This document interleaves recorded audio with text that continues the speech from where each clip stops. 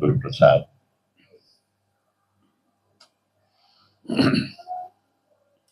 ज्ञान ज्ञान थोड़ा टाइम के लिए चलेगा, कोई बात आएगी तो ज्ञान काम आएगा।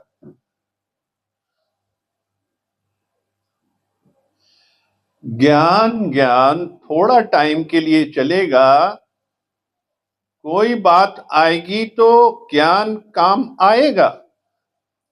जो गुरु ने सुनाया धीरज करो, ज्यादा नहीं बोलो, तो चुप रह जाएंगे। पर नेचुरल टाइम में जब भी कोई मेरे सामने नहीं है, उस समय प्यार में प्रेम में मजा आता है।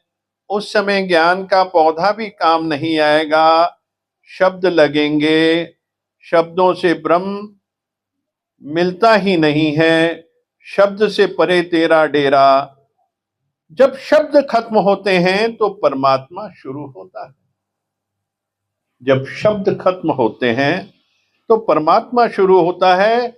जब देह खत्म होती है, अहंकार खत्म होता है।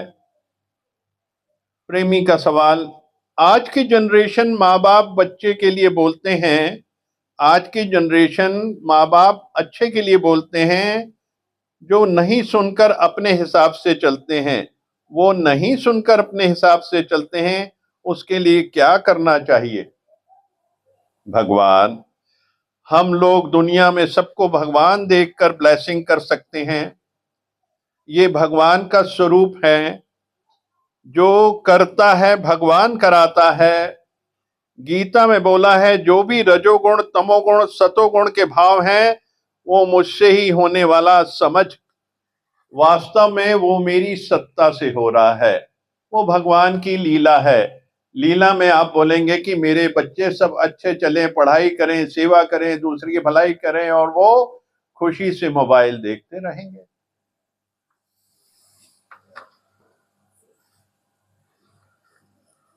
बहुत ही भगवान इस बात पे जोर दे रहे हैं कि जब ज्ञान में चलते हैं, हम जैसे धीरज रखना है, ज्यादा नहीं बोलना है, ये पूर्ण ज्ञान की बात है। धीरे धीरे धीरे धीरे ये जो है एक आदत सी बनती जाती है, और फिर ये संस्कार बन जाते हैं।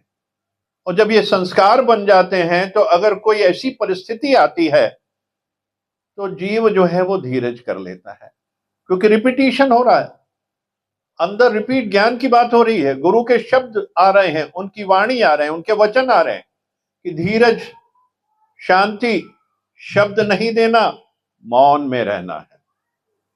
मौन में जो आनंद है, मौन में हर एक चीज डिसॉल्व हो जाती है, क्योंकि मौन में योग हो जाता परमात्मा से। और जब परमात्मा हाजिर नाजिर है तो कोई भी मान अपमान की कोई अगर बात भी आती है, कोई शब्द भी आता है, कोई विपरीत भी चलता है, अपने आप से रिबाउंड हो जाता है, क्योंकि वो पहुंच ही नहीं पाता जहां उसको पहुंचता ही नहीं, और वापस उस जीव के पास जहां से वो आया था वापस चला जाता है। इसलिए गुरु का हर वचन बहुत नपातुला है। धीरज करो, शांति करो, मौन करो, कम बोलो। क्योंकि बोलने से क्या है? क्यों बोलो कम बोलो? क्योंकि शब्द जब बनते हैं, जो जहन में पड़ी हुई चीजें होती हैं कल्पों से, क्योंकि अंदर भी स्टोर रूम है, वो हाथ से जीवन में आपके कल्पों से होते आ रहे थे। और एक समय जब आप परमात्मा की तरफ चल पड़े हैं और इस लगन में लग गए हैं, तो वो सुप्तावस्था में चले जाते हैं। और अगर आप फॉलो करते हैं गुरु के शब्दों को, धीरज को, गुरु के वचनों को फॉलो करते हैं, तो वो इरप्ट नहीं होते। और जहां फिर संसार से मान अपमान की बात आई, कोई शब्द आया और वो अगर ग्रहण किया उसको, तो अंदर पड़े हुए खजाने से वो सब और निकलने लगता है, और मन में बवाल और मन में एक अजीब सी स्थिति बन जाती है, घबराहट सी हो जाती है, और डिप्रेशन में आदमी आ जाता है। इसलिए गुरु के वचन से चले, धीरज करना है, किसी शब्द को भी आने नहीं देना। आप इसकी ढाल कैसे बनाओगे? क्योंकि प्रैक्टिकल चलना है ना हमको। हमें तो सीखना है कि कोई मान आ रहा है, कोई अपमान आ रहा है, कोई शब्द आ रहा है, हम उसको कैसे कवच बनाएं। तत्ती वाव न लागी पार ब्रह्म शरणाई, चौगिर्द हमारे राम का दुख लगे ना भाई। जब तक आप फेंसिंग नहीं बनाओगे, आप सिक्योरिटी गार्ड नहीं बिठाओगे, तब तक आपकी संपत्ति की रक्षा कैसे होगी। एक अमूमन बात है, नॉर्मल सी बात है, शटर बंद करते हैं दुकान का कि सेफ रहे, रात को चौकीदार बिठाते हैं, बहुत ज्यादा माल है तो और सेफ रहे, बहुत बड़ा एरिया है तो और 2 गार्ड बिठाते हैं चारों तरफ से, वहां भी नजर रखना, वहां भी नजर रखना। ये सब क्या है? ये ज्ञान की बात है, इससे सीख लेनी है, क्योंकि संसार से ही सीख लेनी है कि किस तरीके से अपनी रक्षा करनी है, रक्षा कवच कैसे बनाना है उसका। वो है सिमरन, परमात्मा का नाम, राधे राधे प्रेमानंद जी जैसे कहते हैं कि हर वक्त वो चलता रहना चाहिए, अंदर गुंजायमान रहना चाहिए। यही तो ज्ञान है, ये सिमरन ही तो ज्ञान है, परमात्मा का नाम ही तो ज्ञान है। क्योंकि जो शक्ति राम के नाम में है वो राम में भी नहीं है, उनके नाम में शक्ति है वो सारी। तो इसलिए जगत के लिए बना है कि राम का नाम लो।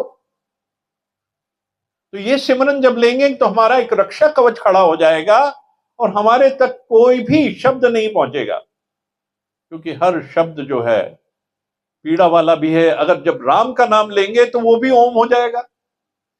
जब वो ओम हो गया तो हमारे लिए फायदेमंद है ना। ओम का गुंजायमान जितना हमारे शरीर के लिए फायदेमंद है, हमारी हर इंद्री के लिए फायदेमंद है, हमारे जीवन के लिए फायदेमंद है, क्योंकि वो सारे के सारी नेगेटिविटी का नाश करता ओम।